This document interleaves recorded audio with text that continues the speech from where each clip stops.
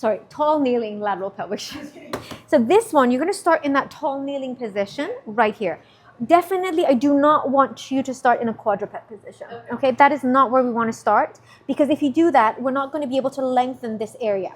Now, the target area is these musculatures around here. Now, what does that include? Roughly, erectors in the middle, QL right deep underneath it, beside it, and then we have the internal obliques on this side too. So we're going to open up all those musculature in different layers. That's what we're targeting. So what does that mean? Meaning when we're going into this position, we want this area to be lengthened, not short like this.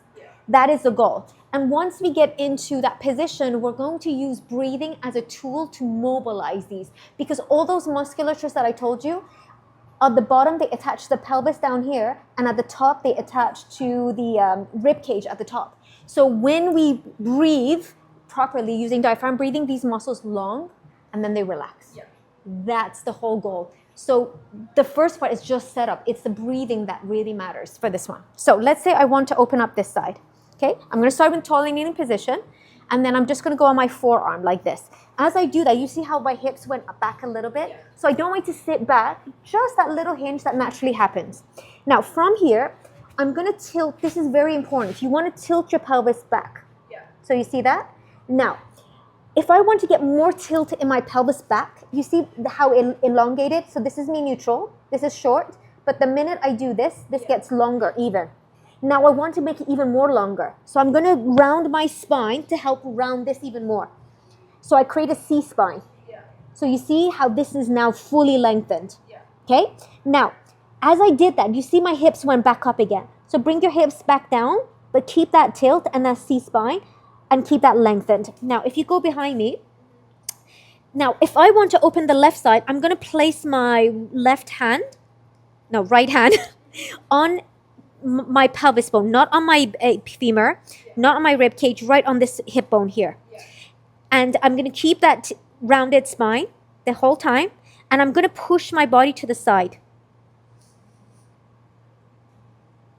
Do you see that? Now this gets even more longer.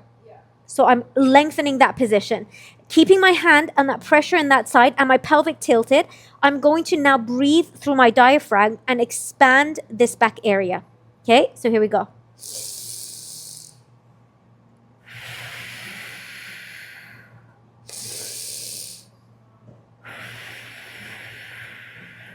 So I'm going to inhale slowly through the nose and expand my diaphragm sideways to lengthen those muscles. And then I'm going to blow the air out and exhale completely to relax those muscles. Now, for the hand, you can place your head over here just to relax your head.